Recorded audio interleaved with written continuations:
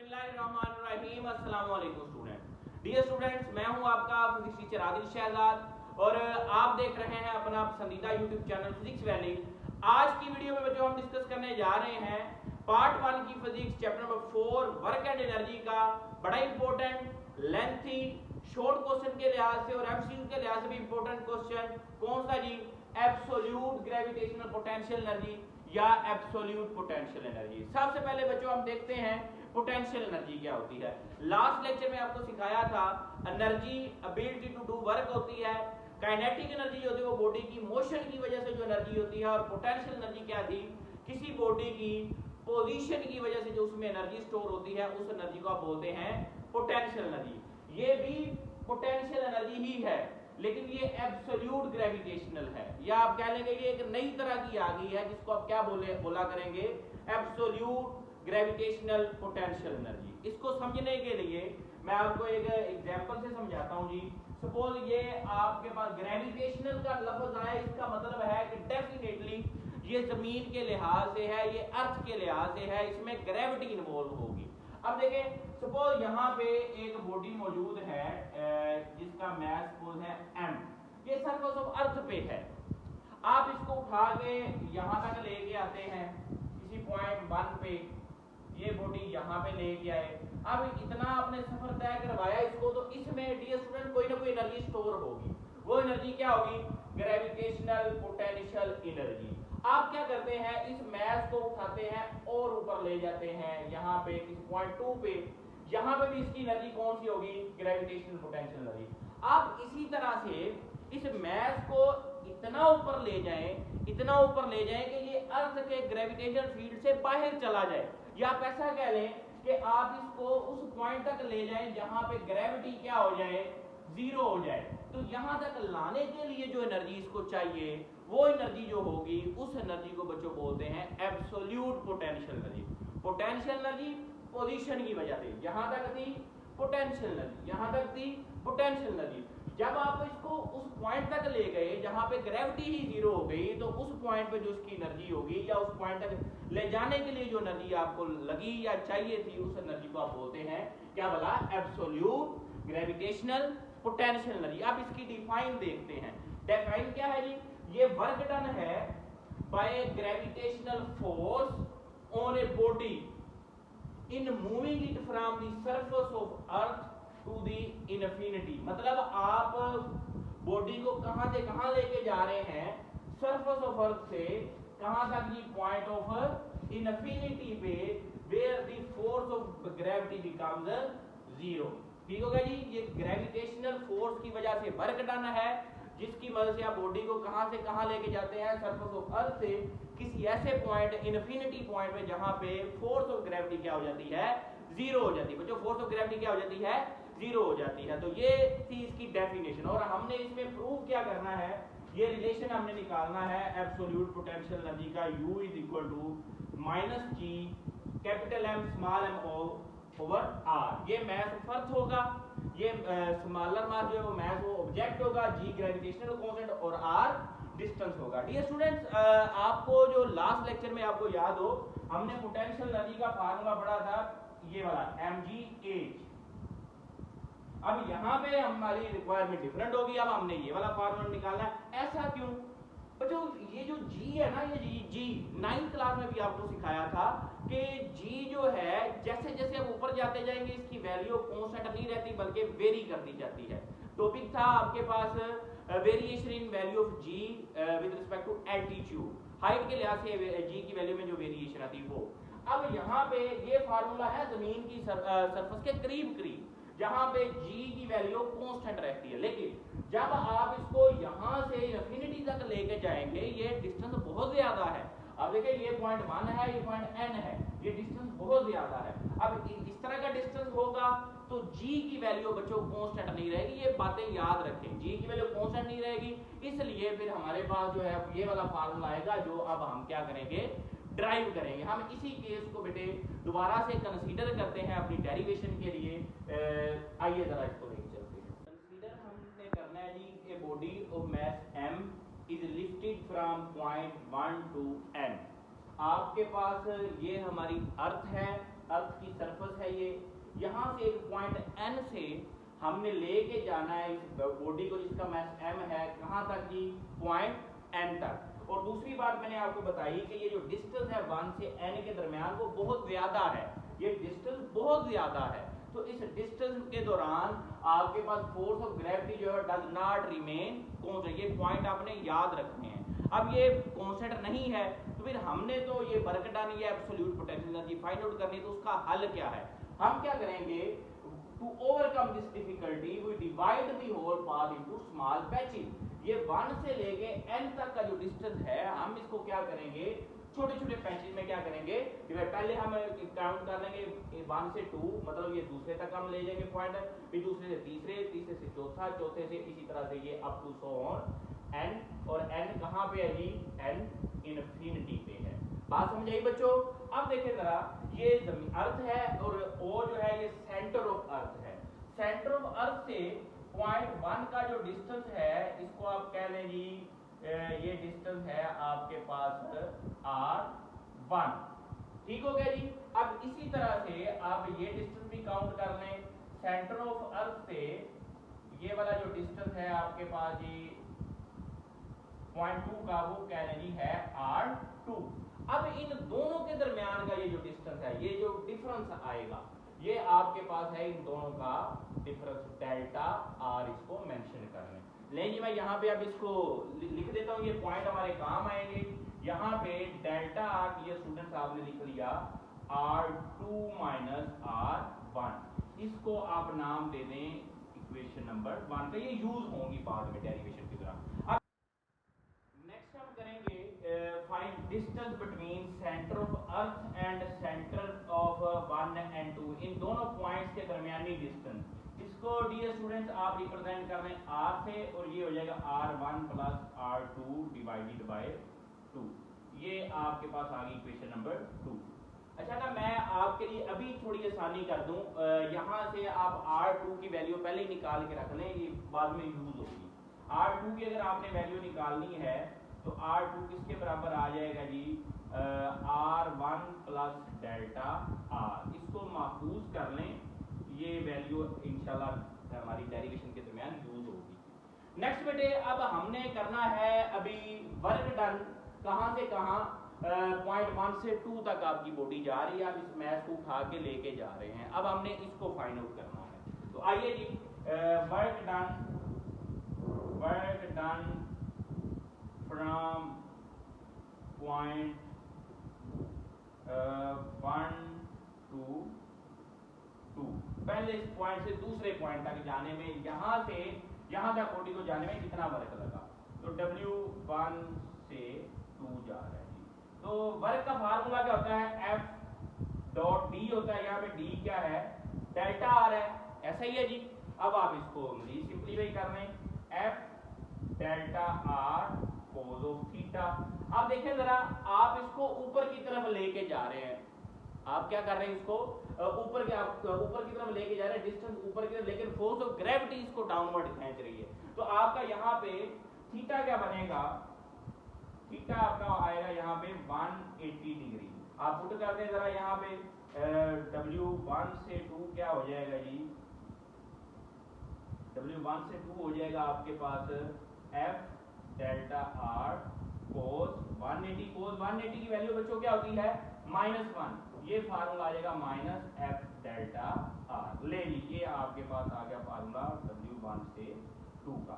अब फोर्स यहाँ पे आपके पास है, आपको याद हो आपने लॉ ऑफ ग्रेविटेशन पढ़ा हुआ है, दो मासेस हैं उनके दरमियान डिस्टेंस भी है, तो आप यहाँ पे फोर्स वाला डियर स्टूडेंट जो फार्मूला लगाएंगे वो ये वाला फार्मूला लगेगा, कौन सा जी, यहाँ पे पुट कर देता हूँ मैं, F is equal to capital G, mass of earth है m1 m2 और r स्क्वायर होता था, और दूसरे बॉडी का m है, ये आ गया r स्क्वायर।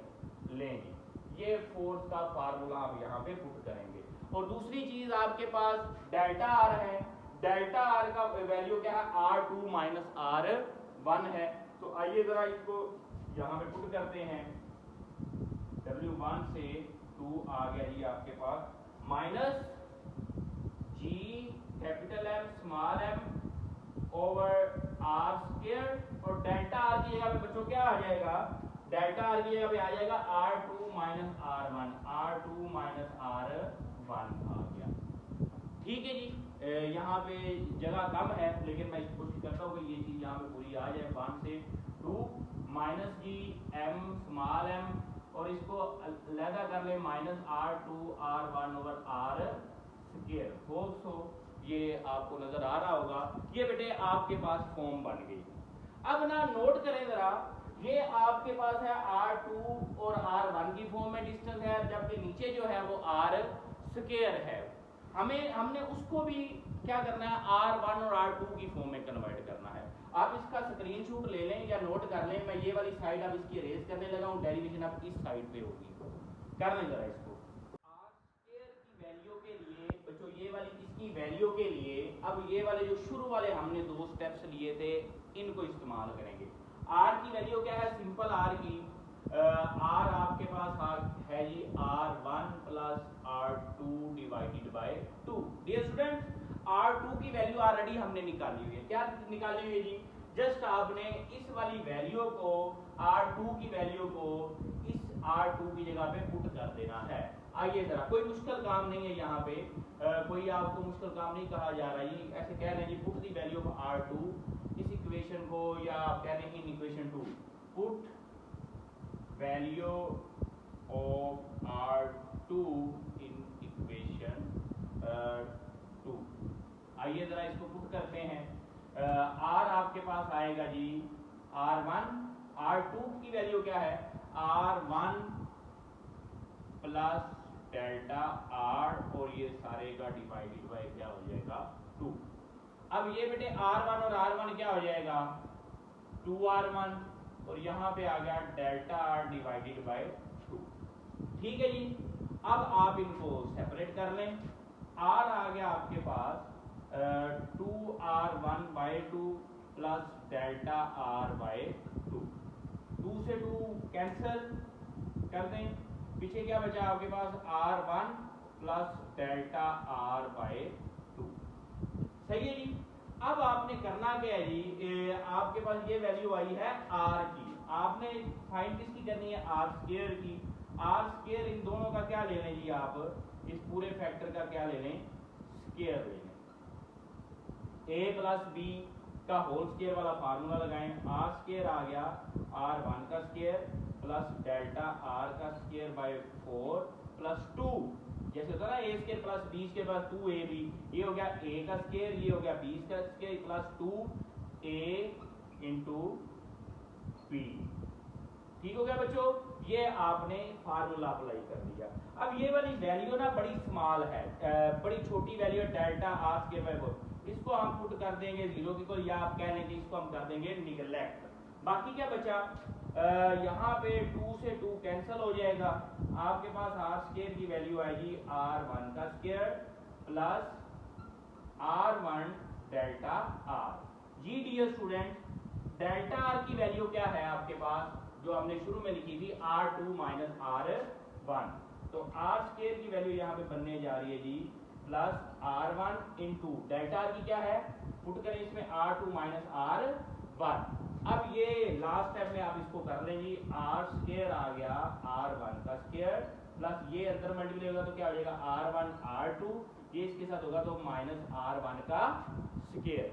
ठीक है जी, ये आपने कर लिया। अब ये R1 का स्क्वायर पॉजिटिव है, ये R1 का स्क्वायर क्या है, नेगेटिव है। अब मैं इस साइड को डियर स्टूडेंट्स अरेंज करने जा रहा हूं, इसको यहां पे कंप्लीट करते हैं। अब ये आपने कर लिया R, यहाँ पे ये पॉजिटिव है ये नेगेटिव, इसके साथ क्या हो जाएगा कैंसिल आउट। अब आपके पास वैल्यू बची जी R स्क्वायर की वैल्यू आ गई R1 R2, इसको आप नाम दे दें 1 2, चलिए इसको नाम दे दें इक्वेशन नंबर 3। अब आपके पास मेन जो वर्क का फार्मूला था वो ये था जो लास्ट पे हमने लिखा, क्या लिखा, W1 से 2 क्या आ रहा था minus G capital M small m R2 minus R1 over R square. आप इस R स्क्वायर की जगह पे इसको मेन इक्वेशन कह लें, ये आपकी है इक्वेशन नंबर 8, पुट कर दें इसमें इसकी वैल्यू को। आइए जरा वर्क आ गया पहले स्टेप से दूसरे तक का माइनस का जी कैपिटल एम स्मॉल एम और ऊपर क्या आएगा जी R2 माइनस R1, नीचे क्या आ जाएगा R1 R2। ओके बच्चों, समझ आ गई आपको। नेक्स्ट क्या आपने करना है, इनको नीचे है तो अलग-अलग कर लें। W1 से 2 आपके पास आ गया minus G capital M small m into अलग-अलग इनको कर लें R1 R2 माइनस का R1 ओवर R1 R2। ठीक हो गया जी। अब आप इसको यहाँ पे नेक्स्ट स्टेप कर लें। आपके पास आ गया W1 से 2, R2 से R2 कैंसिल, यहाँ से R1 से R1 कैंसिल, माइनस की capital M small m into 1 over R1 minus 1 over R2। ले जी, ये आपके पास वर्क आ गया कहाँ से कहाँ, पॉइंट 1 से पॉइंट 2 तक का। बाकी अब मैं डियर स्टूडेंट अरेज करने लगा हूँ, आप इसको नोट कर सकते हैं। इसको मैं अरेज करने लगा हूँ। नेक्स्ट अब बच्चों ये यहाँ तक आपने सीख लिया। अब आपने वर्क फाइंड आउट करना है कहाँ से कहाँ तक, पॉइंट 1 से 2 तक हो गया। अब आप करने वर्क फ्रॉम नाउ, अब आप करने जा रहे हैं जी पॉइंट 2 से 3 तक, पॉइंट 2 से 3 तक। क्या हम ये सारा प्रोसीजर रिपीट करेंगे? बिल्कुल भी नहीं। आपने अभी अभी तो इतनी मेहनत की है, अब आप सिमिलरली करके इसको कर दोगे। 1 से 2 आया, 1 over R1 minus 1 over R2। Math पद भी सेम रहना है, मैथ ऑब्जेक्ट भी सेम रहना है, ग्रेविटेशन कांस्टेंट भी सेम है, जस्ट डिस्टेंस जो है वो चेंज होना है। जी m स्मॉल m इनटू 2 से 3 है तो 1 over R2 minus 1 over R3। Next आप अगर करना चाहते हैं W3 से 4 तक तो वो भी कोई मसला नहीं है, उसको आप इस तरह कर लें 1 over R3 minus 1 over R4। ठीक हो गया जी। अब आप सिमिलरली चलते जाएं आप आगे एंड तक पहुंच गए हैं, इनफिनिटी तक पहुंच गए। तो वो अब आप फाइंड आउट कर लें।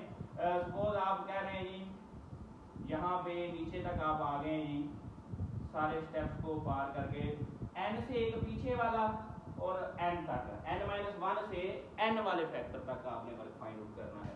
तो डियर स्टूडेंट ये आ जाएगा कि capital M small m 1 over R n minus 1 minus 1 over R n। Okay जी, ये तमाम जितने भी इंटरवल्स हैं आपने उन सब का जो है वो वर्क डन फाइंड आउट कर लिया। अब डेफिनेटली आपने total work done find out करना है। तो टोटल का क्या तरीका है, जितने भी आपने पार्ट्स में छोटे छोटे हिस्सों में वर्क फाइंड आउट किया है इस सारे को ऐड कर दें। तो अब आप क्या करेंगे जी, नाउ टोटल वर्क डन। अब आपने टोटल वर्क डन करना है जी।